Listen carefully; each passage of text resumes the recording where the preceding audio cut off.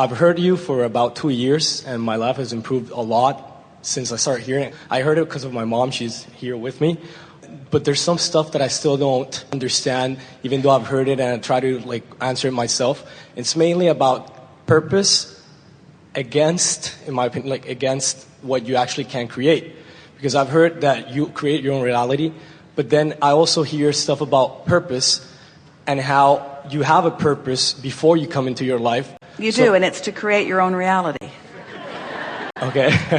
That's your purpose. Your purpose is to create your own reality. Your purpose is to joyously experience the expansion that this time-space reality carves out. If you really want to understand purpose in the way that you felt it coming in, is the difference between the way you feel when you're going on vacation and the way you feel when you're going to work. Okay. In other words, we would like it if they felt the same to you, but in most cases they do not. Most humans outside the vortex would describe purpose as something that I should do for some cause or for some improvement, and while they would feel that going on vacation is just to selfishly satisfy their own interests. And we want you to understand that from the non-physical perspective, you must not separate those two. In other words, you don't come forth and become an author or a painter or a sculptor because your planet needs another painting or another book or another sculpture. It doesn't. You come for the joy and the thrill of the process of the evolvement of the painting and the book and the sculpture. You come for the joy of the expansion, you see. The word purpose is really tricky because expansion is inevitable, and purpose makes it sound like if you don't do specific things, expansion won't happen, and that's not true. Expansion will happen. Exposure to life causes expansion whether you are purposeful about it or not. In other words, we call that creating by default. Contrast causes you to launch rockets, and the source part of you rides those rockets, and new generations that are born into this time-space reality continue to ride that rocket, and they receive the benefit of the contrast that you've lived. In other words, the expansion is inevitable.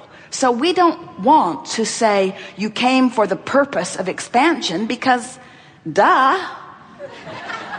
Esther likes that word. The expansion is inevitable. So let's not call it purpose. You know what your purpose is? Joy. Your purpose is for alignment. Your purpose is for the joy. The purpose of your life is joy. It's joy. Everything else is a given. That's what you're reaching for, you see. And that's why source remains source. In other words, source has the ability to see all that is. But when you're sick, source doesn't look at your sickness. Source looks at the wellness that you carved out of the sickness and holds such joyous anticipation in your manifestation of it that there is never any deviation in the vibration of it, which is what causes the signal to be strong enough that you can catch wind of it if you are joyously oriented. You are the creator of your experience. And when contrast causes you to ask, you really owe it to yourself to go in the direction of what you've asked for. But we know you're all excited about reality. And so you want to talk about it. You want to measure it. You want to compare it. And we are not saying that you shouldn't, because you should, because the contrast is what causes you to give birth to the improvement. But you as humans have made such a career out of holding yourself in the justification or the rationalization for the improvement that you seek, that you slow the improvement that you seek way, way, way, way down. In other words, you yourself, haven't you found yourself wanting something, and you feel that fresh desire sort of shoot out of you? But then, as you compare where you are to what you want, and you notice that you don't know how it's going to come, or when it's going to come, or where it's going to come from, or who's going to bring it. And so, do you find yourself sometimes explaining with greater fervor why you need it and why you deserve it? And the thing that we want to point out to you is we want you here today to finally figure out When you're a vibrational match to the reason that you want something, in other words, I want it because I don't have it. Oh, I so want more money. More money would be so wonderful, but I don't have enough money. I don't have enough money. I don't have enough money. It's hard not to have enough money. Miserable. It's miserable not to have enough money. And I believe I deserve more money. I know I do. I work hard. I should have more money. More money should come to me in a lot of different ways. And my employer is really a tight-fisted person who could yield more money, but doesn't. I need a different employer. One who respects me and gives me what I deserve, because I know I deserve better than I'm getting, and the other people I talk to agree with me. We all agree that these are hard times and that things should be better for us, and we've joined together in a club. We support each other. We support each other in our financial failures, and life should be better for us. And we're really not exaggerating that, hardly. In other words, what is has so much of your attention that you are missing the fact that every time you have felt not enough, you've asked for more. And all along through the sorting of that contrast, you have been amassing a vibrational reality, a vibrational escrow account. A vortex of creation has been culminating for you. Now, we call it a vibrational reality or a vibrational escrow because when you ask, you send the rocket, and the source within you tends to the furthest most leading edge request that you have launched. And we call it a vortex of creation because law of attraction is responding to that request. And here's the thing we so want you to hear. All cooperative components have been assembled in this vibrational reality. Now, you as humans don't want to talk about that vibrational reality because you can't see it and you can't show it to your neighbor. You can't convince others. Scientists don't want to talk about it either because it doesn't show up in their test tubes yet. They don't have the evidence, and so the medical community will not agree with them on this wave of miraculous healing that's taking place because they can't prove it yet with the manifestational evidence. But we want you to understand that this vibrational evidence can be understood. You can, if you will use your own guidance system, you can discover your vibrational evidence. And your vibrational evidence is shown to you through your emotions. When you feel elation, that is the evidence of your alignment with the improvement. And if you can keep it up, the manifestation will come and the doctors will take note. If you can find a way to follow your hope, to reach for hope until the vortex takes you in and shows you something that makes a believer out of you.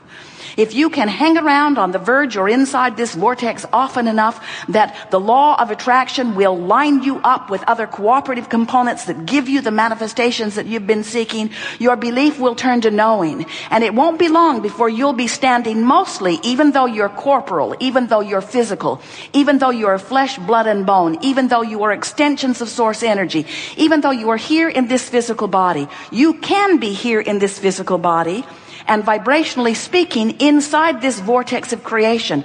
And then and only then are you in alignment with the wholeness that is you. And friends, when you start hanging around in vibrational alignment, when you begin using your emotional guidance system to reach for thoughts that bring you closer and closer and closer to the alignment of source, to the way source sees your world, to the way source sees your body, to the way source sees your life, when you tune in to the vibration and you begin to see your world through the eyes of source, then and only then do you begin living in the way you intended as you came forth to begin with. Not one of you said, I'll go forth, I'll get myself as separated from source as I can. I'll have a really hard life. Oh, the other humans will like me a lot. They like suffering. I might even write a book. They'll buy it. If my suffering is severe enough, a lot of people will buy my book.